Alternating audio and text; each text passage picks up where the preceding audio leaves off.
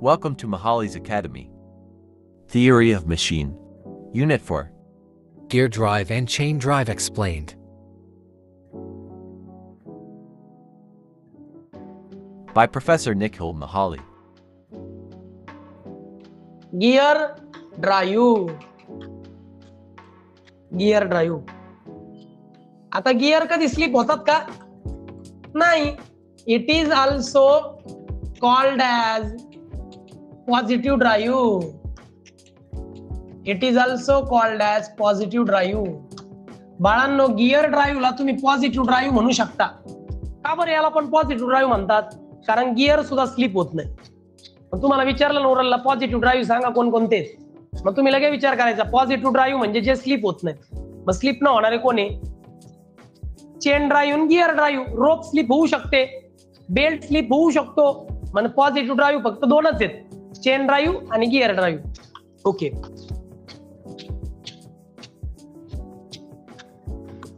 Gear drive is used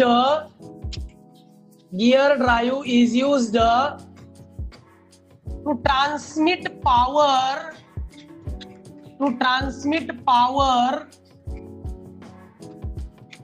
from one shaft to another shaft,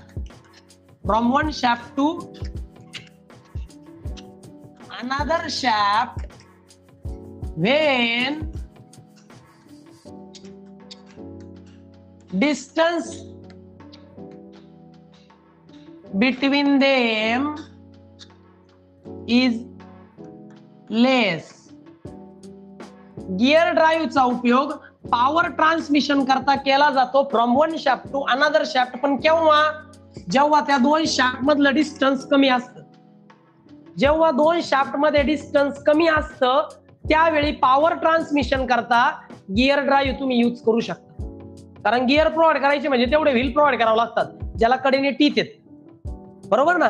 मग जर दोन shaft मधला डिस्टन्स कमी आहे, ज्या दोन शाफ्ट मध्ये तुम्हाला पॉवर ट्रान्समिट करायची त्या दोन शाफ्ट मधलं जर डिस्टन्स कमी असेल तर त्या ठिकाणी पॉवर ट्रान्समिशन करता गियर ड्राईव्ह यूज केला जातो. हे बघा गियर ड्राईव्ह पहा. आता गियर ड्राईव्ह तर सगळ्यांनी पाहिलाय ना.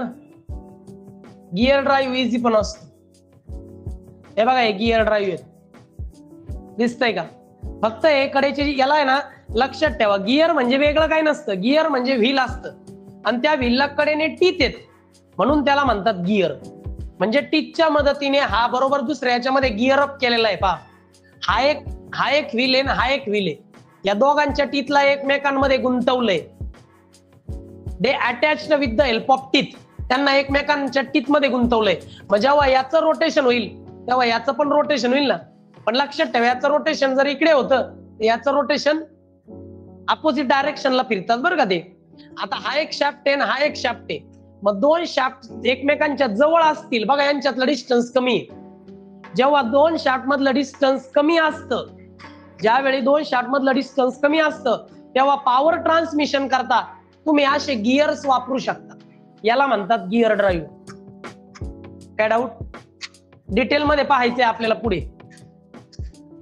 नेक्स्ट फोर्थ वाला जो टाईप आहे रोप ड्राईव्ह. Rope drive.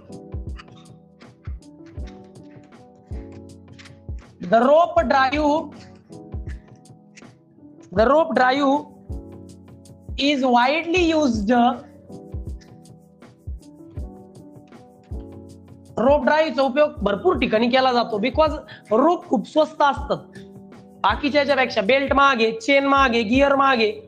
परत काय की बेल्ट, चेन किंवा तुम्ही गिअरचा यूज करू शकता पण कधी जेव्हा दोन शाफ्ट जवळ आहे.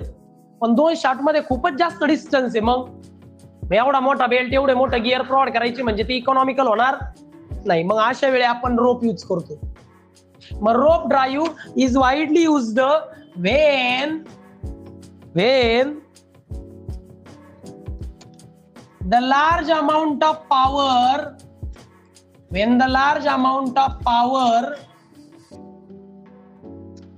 is to be transmitted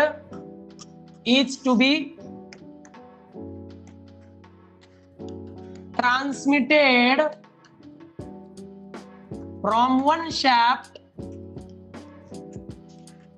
to another shaft.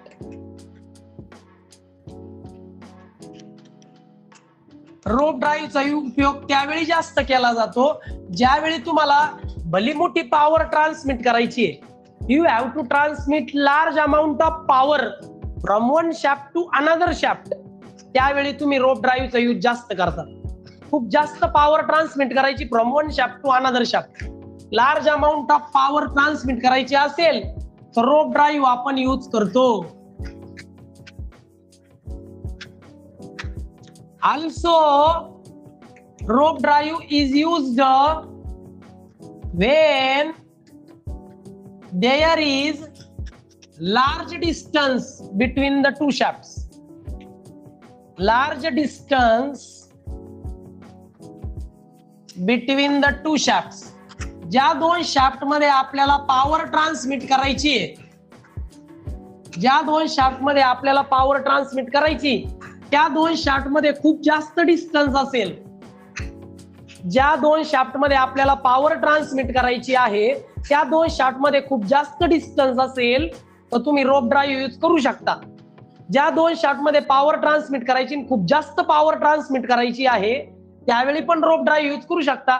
when large amount of power is to be transmitted, when there is a large distance between the two shafts, त्यावेळी तुम्ही रोप ड्राईव्ह इझिली यूज करू शकता. चला मी तुम्हाला रोप ड्राईव्ह दाखवतो. इकडे पहा, रोप ड्राईव्ह.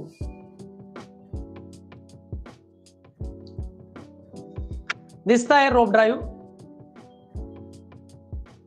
या इथे पहा रोप ड्राईव्ह.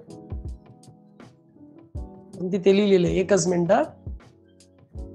इथे बघा, या वेगवेगळ्या पुली आहे. या पुलीवरती रोप्स लावलेले आहेत पहा.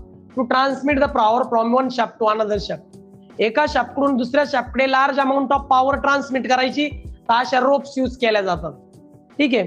किंवा त्या दोन शाफ्ट मध्ये खूप जास्त डिस्टन्स असेल to transmit the power, then rope drive are used. Okay, हे बघा हे रोप ड्राईव्ह आहेत, दिसताय? इथे large amount of power transmit करायची म्हणून रोप यूज केलेली. आता रोप्स असं नाही बरं का की रोपची ना ती फक्त याच्यापासूनच बनते, स्ट्रिंग पासून, दोरीपासून. तसं नाही. कधी कधी स्टीलच्या बारीक बारीक ते वापरतात, बारीक बारीक स्ट्रिंग वापरतात आणि त्या अनेक स्टीलच्या स्ट्रिंगला असं एकत्र केलं जातं, अटॅच करून त्याची जाड थिकनेस तयार केली जाते. माहिती ना तुम्हाला, स्टीलची वायर मोठी दोरी असते, बरोबर ना? मग ते त्या इथं स्टीलची रोप वापरली. स्टीलची रोप आहे ज्याच्यामध्ये बारीक बारीक फिलामेंट आहेत स्टीलच्या. ग्लास फिलामेंट पासून सुद्धा अशी रोप बनवता येते. तिची पण स्ट्रेंथ खूप चांगली असते. मग लक्षात ठेवा, आपण अशा रोप ड्राईव्ह तेव्हाच वापरतो जेव्हा लार्ज अमाऊंट ऑफ पॉवर तुम्हाला ट्रान्समिट करायची असते तेव्हा. आणि जेव्हा दोन शाफ्ट मध्ये खूप जास्त डिस्टन्स असतं तेव्हा तुम्ही असे रोप ड्राईव्ह वापरू शकता. लक्षात ठेवा, इथे शाफ्ट आहे बरं का सेंटरला. हे जे कडेचे सर्कल आहेत ना, हे पुली आहेत आणि पुलीवरून पास केलेली कंटिन्युअस रोप. काय डाऊट? चला मग 4 प्रकारचे ड्राईव्ह आपण पाहिले. सगळ्यात पहिले पाहिला बेल्ट ड्राईव्ह, जो स्लिप होऊ शकतो. जर दोन शाफ्ट मध्ये डिस्टन्स 8 मीटर आणि त्याच्यापेक्षा कमी असेल तर बेल्ट ड्राईव्ह. त्यानंतर दुसरा पाहिला चेन ड्राईव्ह. स्लिपिंग होत होतं बेल्ट ड्राईव्ह मध्ये, पण चेन ड्राईव्ह मध्ये स्लिपिंग होत नाही. ओके. आणि चेन ड्राईव्ह तेव्हाच यूज केली जाते जेव्हा दोन शाफ्ट मध्ये मीडियम डिस्टन्स असतं. मीडियम म्हणजे जास्त नाही, कमी नाही. त्यानंतर तिसरं आपण पाहिलं गिअर ड्राईव्ह. जेव्हा दोन शाफ्ट मध्ये खूपच कमी डिस्टन्स असतं त्यावेळी गिअर ड्राईव्हचा यूज केला जातो. चेन ड्राईव्ह आणि गिअर ड्राईव्ह दोघंही पॉझिटिव्ह ड्राईव्ह म्हणून ओळखले जातात कारण त्याच्यामध्ये कुठलाही स्लिपिंग होत नाही. आणि rope drive, large amount of power transmit करायची असेल, दोन शाफ्ट मध्ये खूप जास्त डिस्टन्स असेल त्यावेळी रोप ड्राईव्ह यूज केला जातो. Like, share, and subscribe. Thanks for watching.